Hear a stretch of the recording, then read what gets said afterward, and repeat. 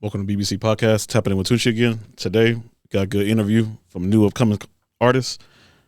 We're going to tune in with him and see what he's talking about. Oh, baby, you so juicy. Yeah, yeah. Do you mind if I slide? You like the way I work you out. I don't mind if you tease me now. My lady, you deserve a crown now. I like it when you take it to the ground. Do your dance, mommy. Yes. Honey, I like the way you work for me. The way you move your ass got me going down. You got it, girl, you got it. Hey man, it's your boy Jeff Shelley, man. I call myself an entertainer out of Houston, Texas. Checking in with my people in Cali. What's going on, man? What's up with it, man? Man, I got a long list, man. Let me start. Can you explain to subscribers, man, about the whole 10-year career, man? I just found out. I didn't even know you've been rolling that long, but if you can just briefly, just from where it started, man. I mean, where you are right now, you blowing up, so. I feel like I always tell people, man, I've been this way my whole life. You know what I'm saying? Like, everybody around me, everybody that know me that's been knowing me since forever. No, man, I ain't changed. And I'm talking about since elementary. Like, okay. I've been getting called goddamn Martin since elementary. You know what I'm saying? Okay. So, but I started doing it 10 years ago. Not knowing, it kind of fell in my lap. I didn't decide to do comedy. Comedy decided to do me. Because I was working all these jobs, chasing money, thinking that was the way to go. But inside, I always told myself, and I always felt like I can't work for nobody for the rest of my life. You know what I'm saying? So you already felt that at a young age. Oh man! Every time I clocked in, I just got depressed. Like, I know this can't be it right here. Yeah. This not it right. So, like 2013, like early 2000, in the middle, late 2013, I was working at Dr. Pepper, and this how I knew. This how I knew this wasn't gonna last. Yeah. I stayed 5 minutes from Dr. Pepper. No, I'm gonna say less than that. I'm gonna say 2 minutes from Dr. Pepper, and I was late every day. So that alone just told me, like, yeah, this ain't. So in the midst of, like, before I got fired, my homeboy was telling me, like, bro, Instagram finna pop off and comedy is on the rise, bro. This is you. You need to go try it out. Mind you, people might not know and people might not believe. I never been like the one that wanted to talk in front of people. Okay. I can do it. Yeah, you look like a natural. But... Yeah, I can do it, but if I had a choice, I'ma chill. I ain't gotta say nothing. You know what I mean? So he forced me to sign up to do stand-up comedy. I did it. Wasn't that good when I look back. You know, I knew it from the time, but when I got off that stage, I was like, damn, this is what I want to do for the rest of my life. Because the lights, people looking at me, people listening. I'm like, oh shit, I like this right here. Okay. You know what I'm saying? Yeah. So from that point on, it was game time. That was October 13th. Oh damn, okay. 2013. Okay. And then right now we got this little trend going on, this Little Legs Matter. Little legs matter, man. It's not even a trend no more, man. It's a statement when it comes to kids. You know what I'm saying? It started for me coming out the barbershop dancing, just dancing, period. You know what I'm saying? I got little legs. How tall are you? Yeah, I'm 6 foot. You look like you like 4'1", so you got little legs too. So yeah, you're in the little leg matter game. So I just took that and applied it to my real life and my upbringing on how I was, how I came up. You know what I'm saying? I'm one of them kids that stayed in the neighborhood that didn't really have no guidance. I had to figure it out on my own. And all the other kids around me, all my homeboys and my friends, they grew up the same way. So I see how that affected us as kids. You know what I'm saying? So Little Legs Matter means kids' lives matter. Meaning, I'm starting a foundation that filling the void for these young kids when it comes to leadership, mentorship, and all the things that follow under those categories. You know what I'm saying? Okay. Just being that energy for them to succeed or have a better chance to succeed. You know what I'm saying? No, for sure. I see that. I see that happening like a lot, especially how you said if you like not right at the 6 foot qualification, and other people always think that like you need that height to get in, foot in the door somewhere to get looked at. But no, there's a lot of ways, man. Right. Okay. Yeah, man. It's all of that. So yeah, that's what it stands for, man. I think growing up, man, you can easily fall into a trap when you ain't got no guidance. That's awesome. When you're not waking up to leadership, waking up to knowing what you want to do, knowing who you are as a person. That's another saying I got. Who are you? When you know who you are, man, can't nobody deter you from your vision. That's right. You know what I'm saying? Can't nobody say you ugly. No, I ain't ugly. I know who I am. You know what I'm saying? I got these little legs, but I know they strong as hell. You know what I'm saying? Yeah, that's what's up. Kick your ass right there. You feel me? I feel. So, you know, that's all that, man. Okay. Man, speaking real quick, man, about being like young and inspired, man, like when you were younger, like who's comedians that inspired you? Or maybe not even comedian, maybe just role model. Role models. I mean, I didn't really have no role models who inspired me. I mean, the environment inspired me. The environment was so fucking funny. Okay. Like just growing up in the neighborhood, you got the drug addicts, you got the drug dealers, you got the old folks in the neighborhood.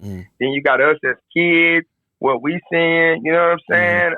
So all of that inspired me, like to be who I am. And then my daddy, oh man, my daddy, he fell victim to the drugs. I ain't gonna say the drug trade. He fell victim to drugs. Yeah. So, man, my aunties, uncles, like my dynamic of family is my daddy was on drugs. My auntie or uncle, and my uncle's just wild as hell. You know what I'm saying? Okay. So I got to see it all. Okay. I got to see it all in having that personality. Like my daddy was like, he's 10 times, 20 times funnier without trying. Okay. Without trying. You know what I'm saying? Yeah, to me in my life, man, I've always seen people who just got it naturally are like the funniest more than people that even make skits. The people that just got it naturally. Yeah, they not trying to be funny. They just this is who they are. You know what I'm saying? So that inspired me a lot. And when I got in the comedy world, or when I got introduced to comedy, because I know I was introduced to Richard Pryor early, when I was like 9 years old. So I knew what I seen. When I seen him, I seen my daddy, I seen my uncle, I seen all these people. So I always thought that was it right there. Like when it comes to humor and being funny, that's it right there. It don't get no better than this right here. Yeah. You know what I'm talking about? From the talk, the walk, the content, what you're talking about. You know what I'm saying? So that inspired me the most. Everything else just fell under. You know, you always get inspired by new stuff, but of course the Kevin Hart's, the Bernie Macs, you know what I'm saying? It's different. It's different type of inspiration from different comedians. Yeah. You know what I'm saying? You can pull different things from all of these comedians. You know what I'm saying? So. All right. And then obviously, like you said, to go along with the inspiration, stuff like that, what projects you got rolling on right now? I just dropped I didn't just drop. We got a movie on Tubi called H-Town. Yeah, I just checked that out too. Okay. Yeah, it's not even a comedy role for me. It's like a dramatic role. So, how'd you approach that? I said, how'd you approach that? Was that something difficult for you, or is that like something natural for you also? Man, when I started comedy, I'm you got to be around me to know that I'm serious enough. You know what I'm saying?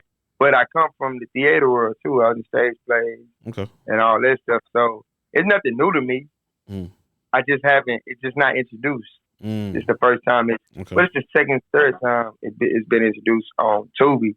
You know what I'm saying? But yeah, it wasn't that difficult. I can always improve, but it wasn't that difficult though. Okay. And then, so you said H-Town, and then what projects you got coming up next, or something you're working on? What's something I'm working on? I got a lot of projects. I got wrote, like I'm doing a spoof of New Jack City called New Rat City. Okay.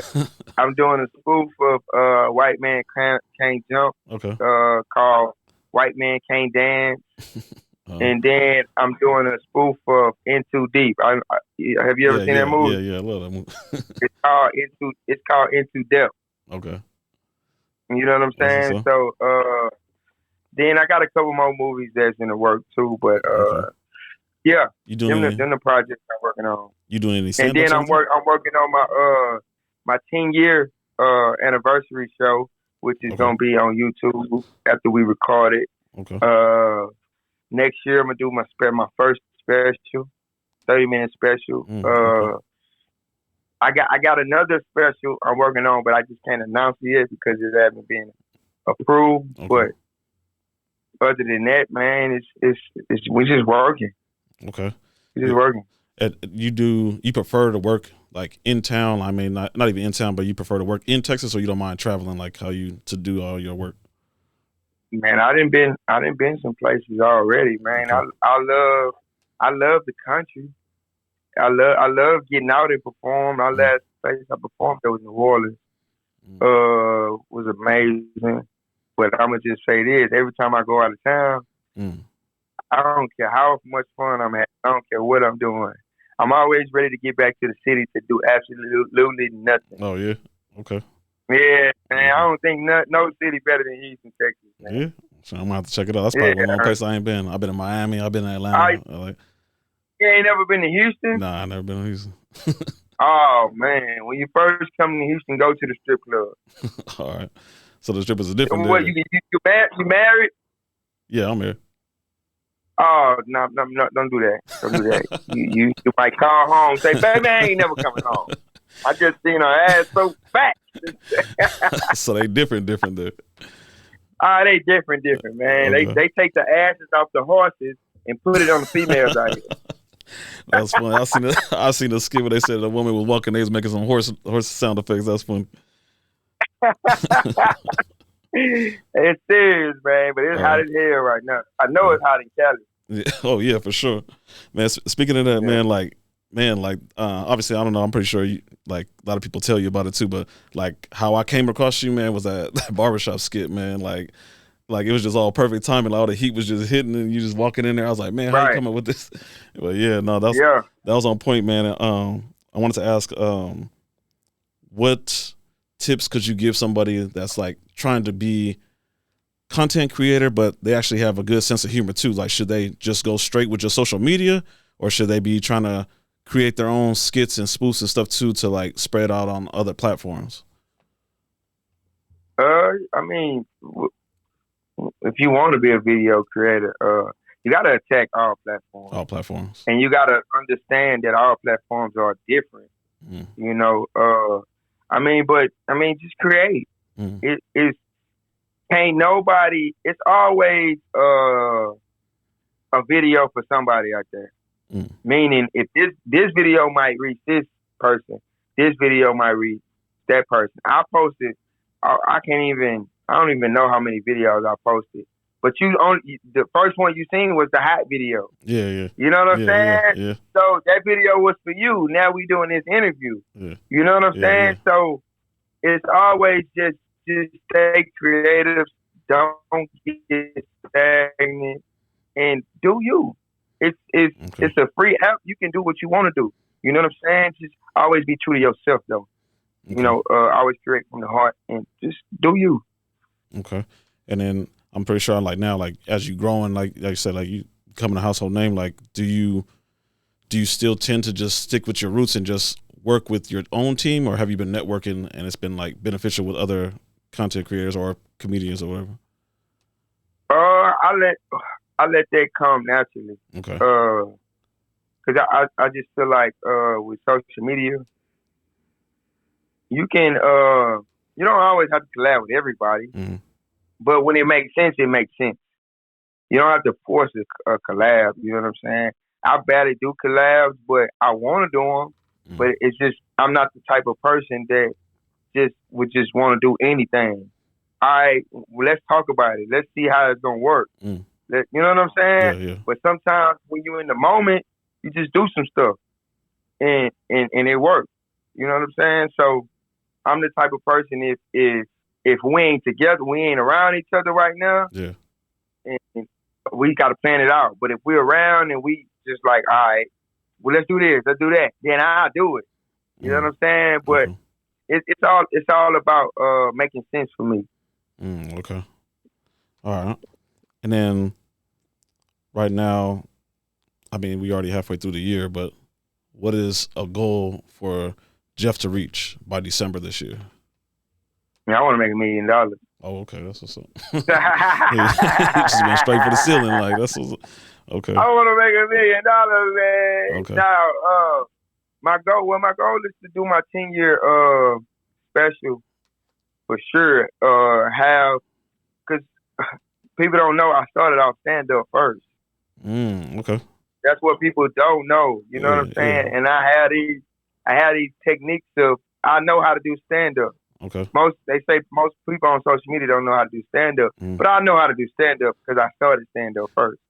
You know what I'm saying? Yeah. So, my goal is to lay out these stand-up, the stand-up, put stand-up memories of Jeff Shelley in these people's brains so they can know, all right, he do stand-up for real. Okay. So that's a part of my year anniversary thing too. I'm gonna release like a 15 to 20 minute set on YouTube just to let people know, all right, you know, okay. It's another element to it too. You know what I'm saying? I got the movies, I got the skits. Now I got to show them where I really come from. You know what I'm saying? Because when everything fall off, stand up, I can always go pick up a mic. If they shut down my social media, I can always go pick up a mic. True that. You know what I'm saying? So yeah. Can you share real quick about your first stand up? Like how was it for you? What was the experience? It was. I mean, of course, it was nerves. It was a lot of nerves, but I just feel like it was like a small setting, like an improv or something. Or? Nah, it was about 40 people there. Okay. It was an all white crowd. All white crowd. Okay. It was an all white crowd. I didn't, cause I honestly think when I was seeking, or my homeboy was seeking a place for me to go perform, we just got on it.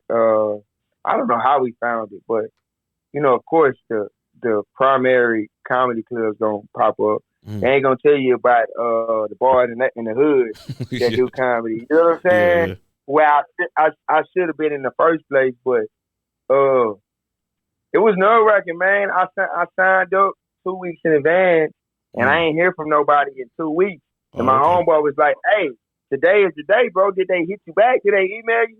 And in my mind, I'm like, I don't even want to know if they hit me back. I don't really want to do the shit.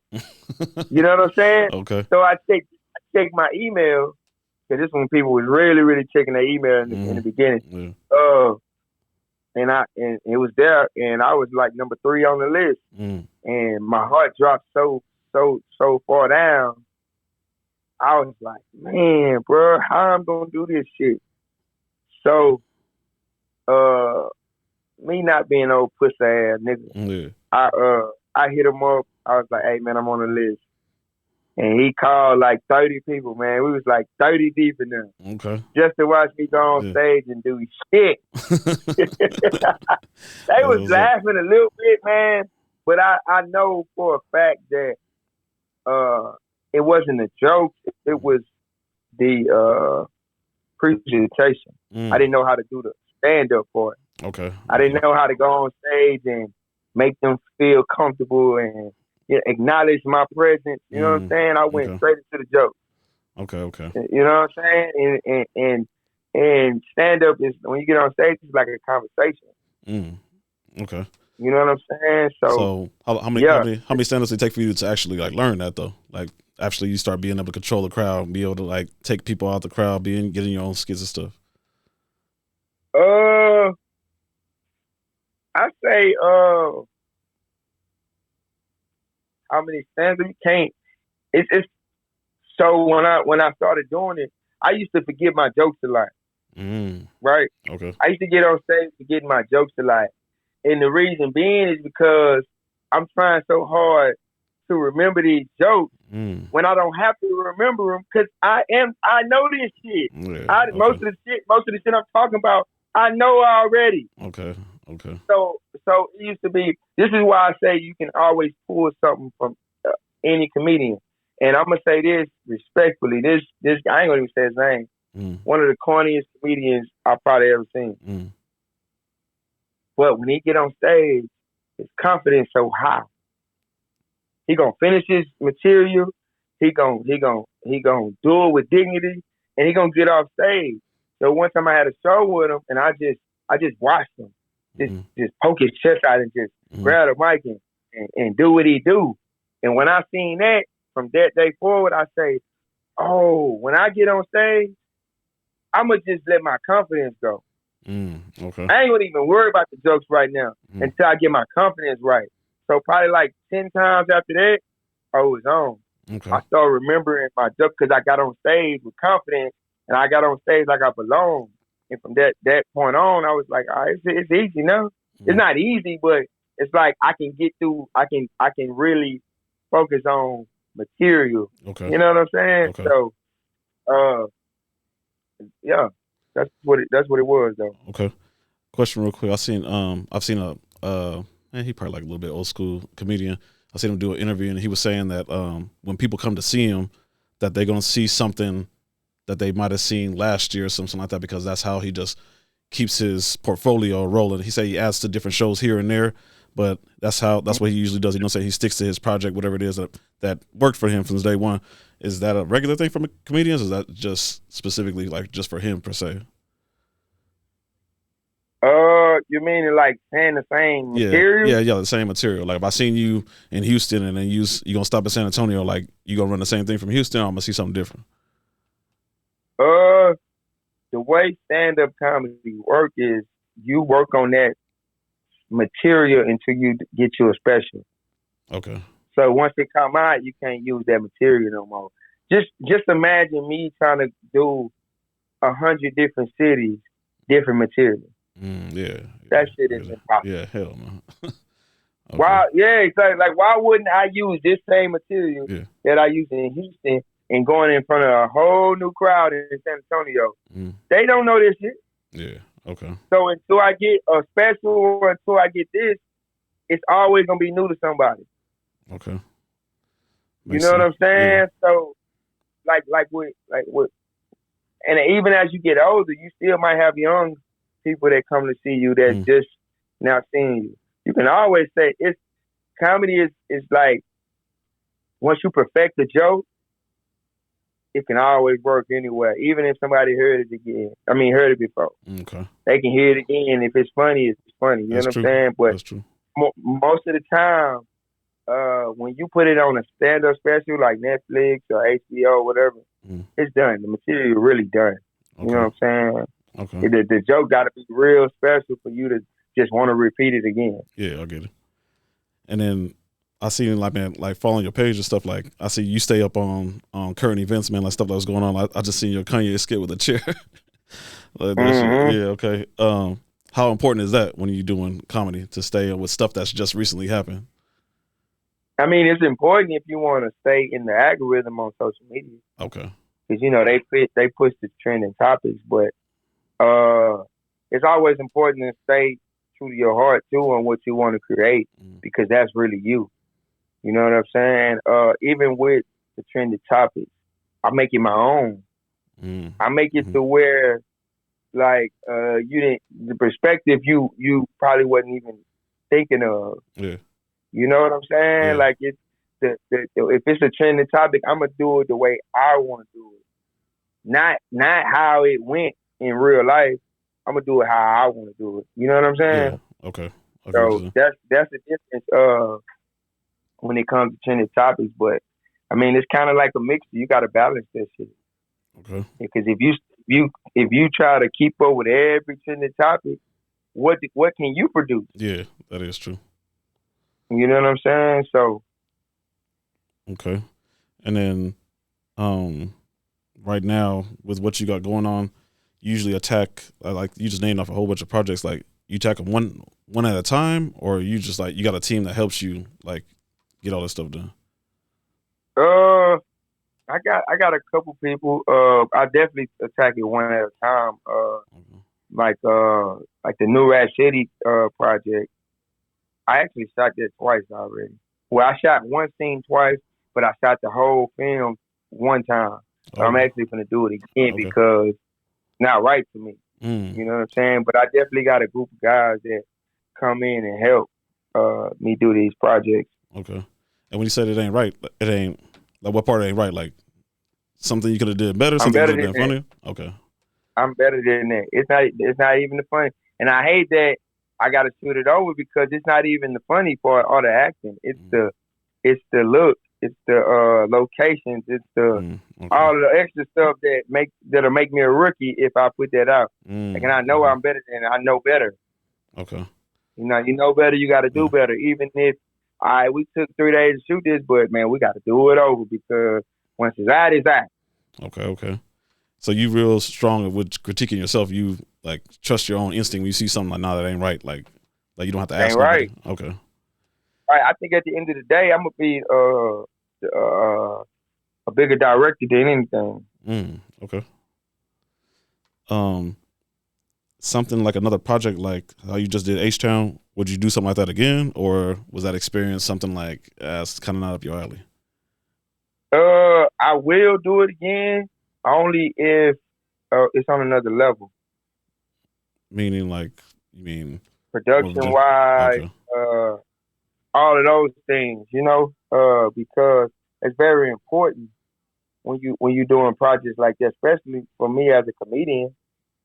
As a comedian, it's like, all right, if I'm gonna take a chance to do that type of project, it gotta be just all the way right. You know what I'm saying? And that's something we're discussing in the Houston film community. Just elevating our game because we can't waste no more scripts. Okay. So if I'm gonna be involved, it just got to be at a higher level. Okay. And then here, like on this podcast, man, like we're real big on like self-improvement and just trying to just show people how to get their foot in the door, interview people, you know what I'm saying, that can pretty much show them how to segue into the social media world. Obviously, we're on all platforms, YouTube, everything. Can you share real quick how you came from not as confident and like you're on cloud now, like can't nobody knock you off? Like how'd you get those steps like to get where you at? I think I was, like I say, like how you spoke about earlier. Had confidence. Okay. Like I always had confidence, but just being in this entertainment business, it's a part where you go through learning experiences, and you try to learn so much that you forget the confidence because you learn and you might be looking up to people, and you just might get distracted on just the number one rule is confidence.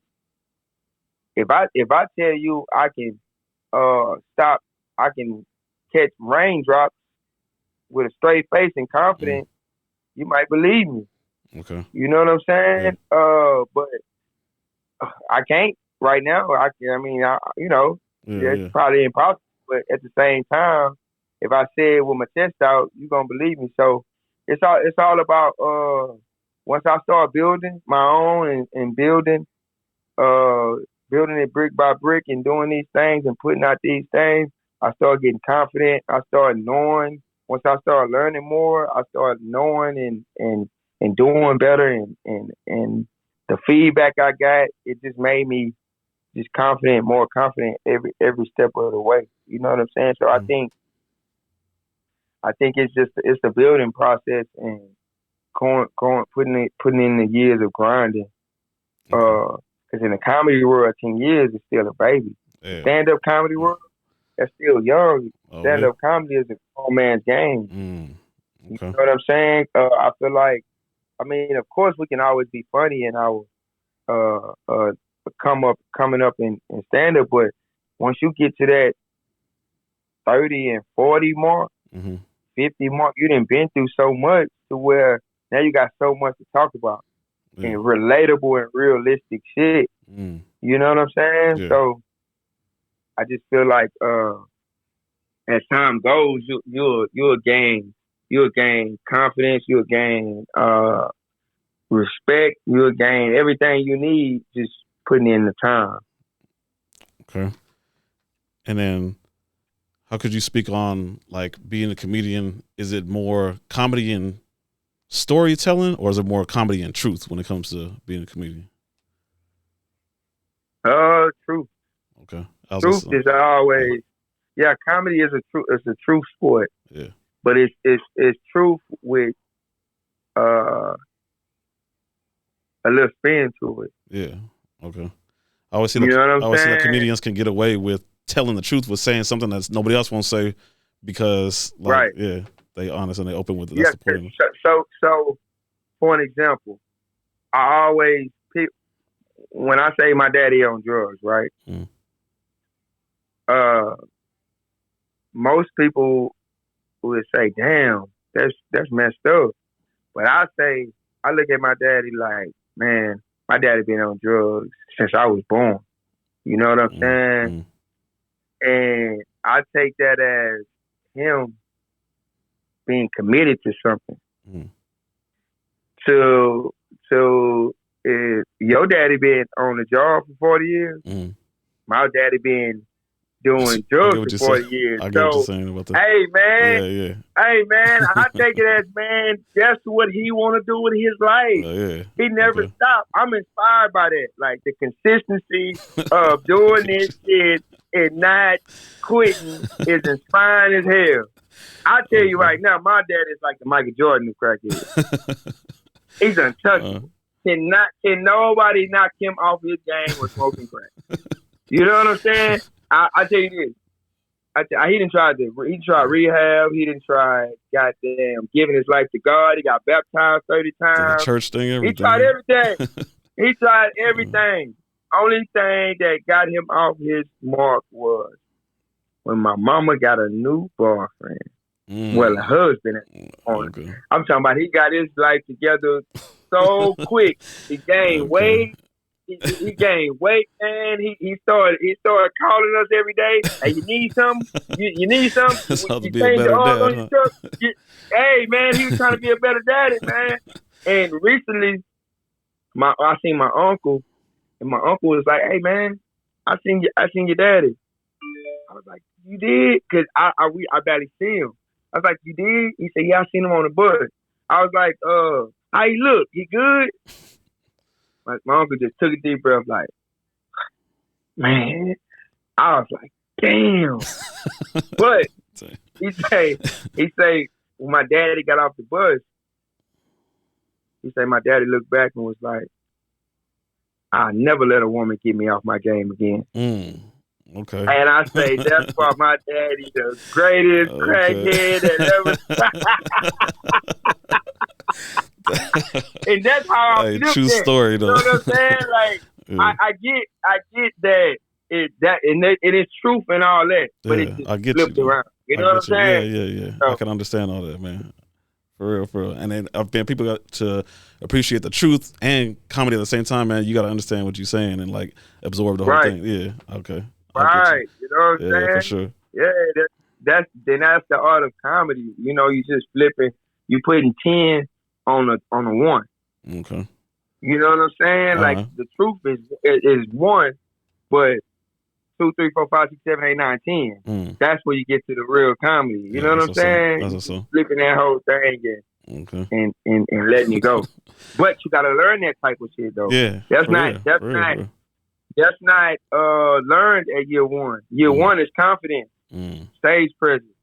Year 2, same thing. Year 3 is, all right, let me get this material right. You know what I'm saying? Okay. So that's what it is. And then, not to say, it's happened to you. I know it has to happen to some people, and especially when you're doing comedy. Like, you wanted to do an event or do a show somewhere, and somebody, I guess you would say, like, man, he funny, but he ain't that funny. I'll get back to you. Like, how do you let that type of critique not knock you off your game? Like, just because one person don't think you funny, like, to not have to reevaluate yourself. Like, man, am I not that funny? Like, or is he just tripping?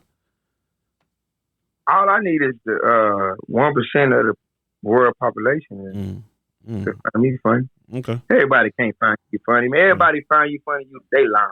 That's true. They lying. Everybody like you, bro. You something wrong with you. You just fake. If everybody like you, you fake, bro. Okay. You know what I'm saying? So that ain't shit. Go look at my comments. See how many comments you gonna get. You know, do you actually go back and look at your comments? Yeah, man. That ain't. Come on, man. That's irrelevant. Okay. We on positive stuff. Like, we just gotta cater to the people that think we funny. Yeah. And somebody that think you funny now might not think you funny later. True enough. And somebody that not think you funny now gonna think you funny when you later. You know what I'm saying? Okay. So that's just the game. I get you. I don't do this for nobody validation. I do it because I loved it. That's why I got into it. Well, that's not why I got into it. Once I figured out, like, all right, this is what I want to do. I'm not doing it for nobody. This is what I want to do. Okay. You know what I'm saying? All right. But I can't have nobody booing me though. Ain't no show. Yeah. Oh yeah, for sure. No, I don't want them. Even though it happens, but you know. Okay. Well, I mean, like, since you already kind of like got a trendy role, you've done a few stand-ups. Like, if that person is doing that, you would just say they just hating? They showed up just to hate, or they were trying to be part of the show? Maybe. I mean, it's a lot of things that can be the problem, but or I mean, it just depends on the situation, you know. Okay. Some people do be hating, but some people just their opinion. You can't change that. Yeah.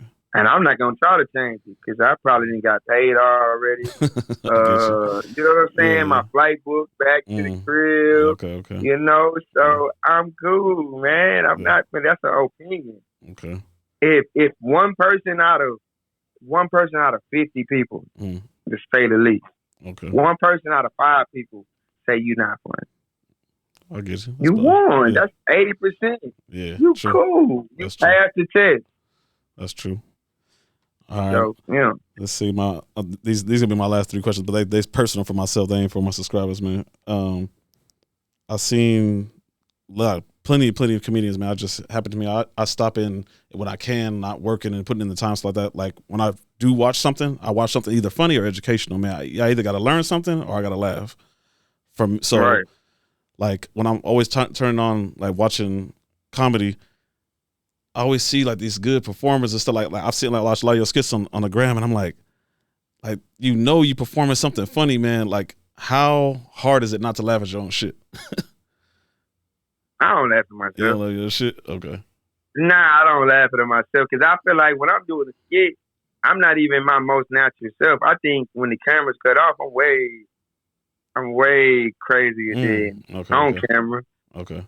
I haven't even got to a point where I'm literally like myself on screen. Y'all just probably getting like 50%, or you know, probably about 50%. Okay. Every time I'm on camera, my homeboy told me, "Bro, you funny on stage, but on this in the neighborhood, oh man, well your neighborhood funny, way funnier than your stand-up. Okay. Way funny because I think it's not an art form in the neighborhood. Yeah, because you're natural. It's not it's just all the way how you want to do it, how you want to say it. But when you get on stage, it's kind of like it's an art form because you're dealing with people like that paid to see you. Yeah. So you got to work to get to that point where you like, I'm me, 100% me. In this moment. Okay. You know what I'm saying? Like, are you the type, man, like would your friends and family say, like, you the type to show up to somebody's house and somebody coming to you and say, what's up, like you ain't even trying to be funny, but you just so honest and straight up that like you told somebody they breath stink or they shit off for the day. Everybody else will laugh, but you just being you. Hey, that's me. Okay, I can see. That's me, man. I ain't tripping off because I'm gonna tell you this. In my family, they gonna tell me that if my breath stinks. Okay. That's how my family is. They ain't holding nothing there. They ain't holding nothing in. You know what I'm saying? Hey, bro. Hey, Jeff. I know you cool now. But go push your mouth, bro. Go. We finna eat, bro. We can't have that that stinky breath floating around. Okay, you know what I'm saying? Yeah, that's what I'm talking about. That's what I'm talking about. The truth in the whole comedy stuff. And then, how'd you come up with the skit with the postman? The postman. Yeah. I mean, you talking about when it was hot, right? Yeah.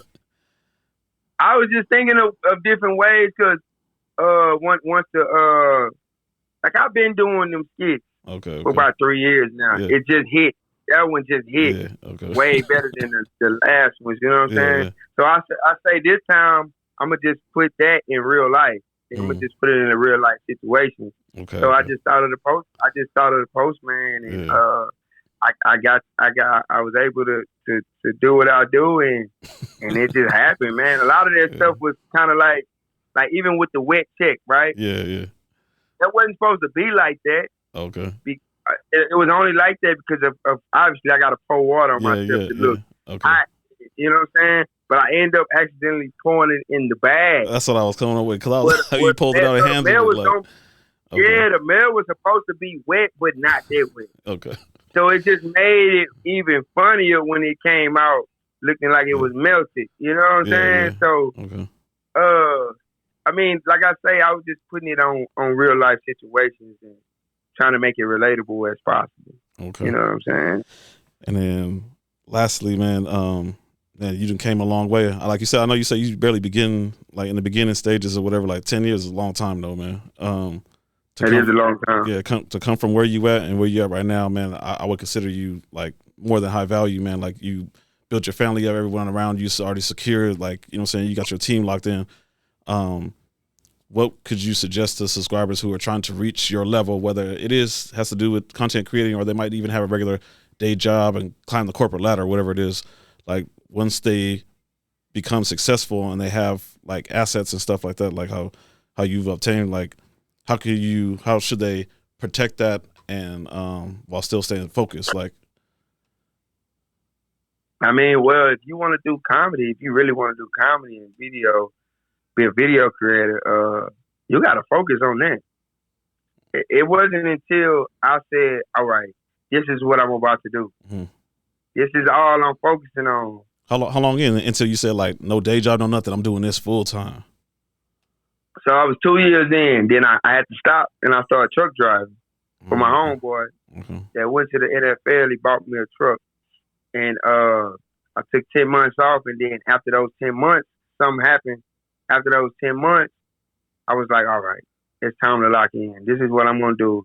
2016, I say, yeah, I just got to do this. This is on my heart. So ever since that day, it's been nothing but stand up and making videos. Stand up, making videos. 2016. Just stand up and making videos. So you just got to lock in with yourself, lock in with the crowd, and mean what you do and stand on it. Okay. Be intentional on this journey. You know what I'm saying? Yeah, so for sure, man. That's all it is, man. I think the social media world made it look so simple. Yeah, when it's really not. It's not a simple thing to do because, especially as you get older, like I had my child the year I started doing this. You know what I'm saying? So that made it even more difficult in my situation because now I have to have money. Yeah. And then the first 2 years I didn't have money I didn't do nothing. I didn't work. I just did stand up, and stand up, you don't make that much money when you just starting out. You know what I'm saying? Or unless you're lucky. You get very lucky, but you just got to be committed. Okay. If you ain't going to be committed, you might as well stay at your day job because this is not no game or business of somebody coming to save you. This is I want to say, how can I say it? This is a privilege. Okay. Well said. Well said. It's a privilege to have a talent and to be successful in this shit because it's just entertainment. I know we make a lot of people feel good. We change a lot of moods and all that shit. But at the same time, man, we got real people in real life doing real life things. True. Very true. You know what I'm saying? So this is just like a privilege to be successful in. And if you're not working hard at it, nobody here was gone. We're going to push you to the side. Yeah. Let the next motherfucker come in that's working harder and really got the skill to come in and do their thing. You know what I'm saying? So it's not no crybaby ass sport. This is either you got it or you don't. If you don't, bye-bye. Yeah, that's true. You know? Okay. And once you understand, and it's not personal. It's business. Yeah. So once you have that mentality, and you have your morals and you have your dignity, you can go a long way in it. Okay, well said, man. Can you let them know, lastly, man, where they can find you and all your skits? I was gonna let you know too, man. I'm gonna be sharing a lot more of your skits and anything you got dropping and stuff, man. I'm gonna be throwing on my page, man. I'm gonna be pushing it for you, so I want to see you. Man, I appreciate that, man. Sure. When I come to Cali, we got to tap back in. Hey, yeah, please stop in the studio, man. I'll load it up with some ladies and stuff too. Make some laughs. Oh yeah, I got you, man. They can follow me at Jeff Shelley, JEFFSHELLEY, and that's on all platforms. Okay. So yeah, man, I appreciate you having me. Yeah, man. Thank you, man, for responding. That was real quick, man. We got this set up real fast, man. Oh yeah, man. Right, man. I catch up with you when I'm on the West Coast. For sure, man. Appreciate you again. All right, now. All right, man.